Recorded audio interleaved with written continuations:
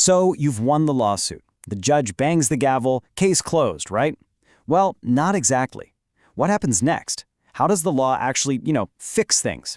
That's what we're getting into today. We're going to open up the legal system's toolbox to see exactly how it tries to make things right. Let's dive in.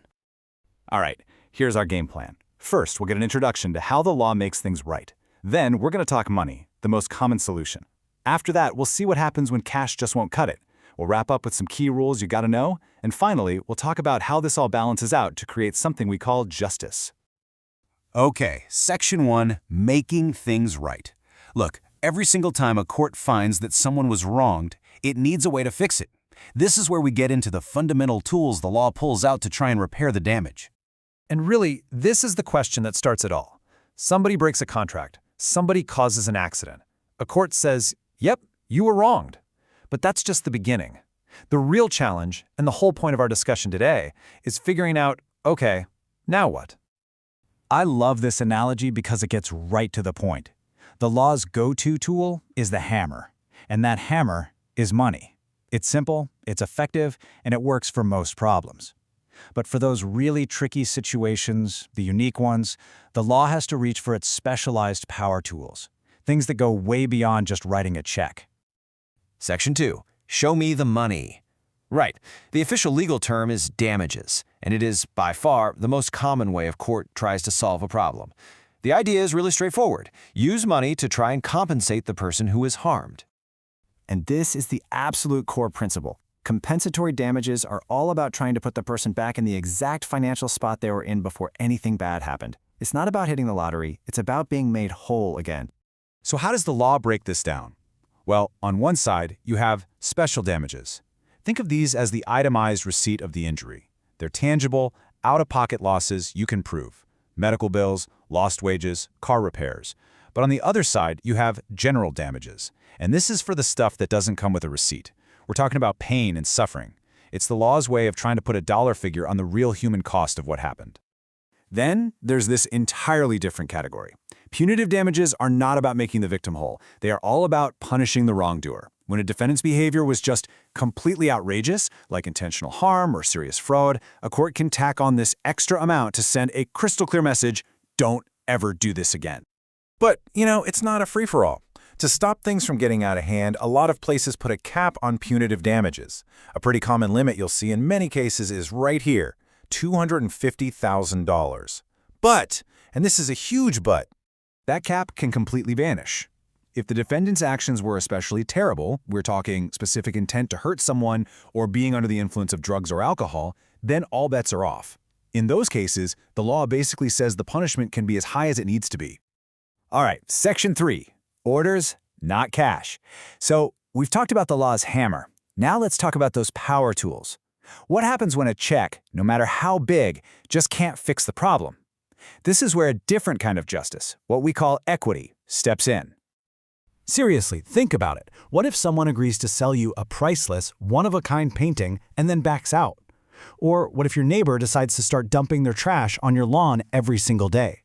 Money can't replace the unique artwork, and it's not going to stop the daily trespassing. You need the court to do more than just award cash. You need them to take direct action. And the first of these power tools is the injunction. You can think of it as the law's ultimate stop sign. It's a direct order from a judge telling someone to stop doing something harmful. Stop polluting that river. Stop trespassing on that land. Stop using that stolen trade secret.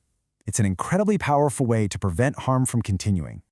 The second power tool is pretty much the opposite of an injunction. Instead of ordering someone to stop, specific performance orders them to start. Specifically, it forces them to do the exact thing they promised to do in a contract. It's the law's way of saying, you made a promise, now you have to keep it. This Batmobile example is just perfect. It's unique, right? You can't just go down to the dealership and buy another one. So money isn't going to cut it. It can't replace something that's literally irreplaceable. The court's only real solution is to order the seller to do exactly what they promised, hand over the keys to that specific car. Moving on to Section 4, the fine print.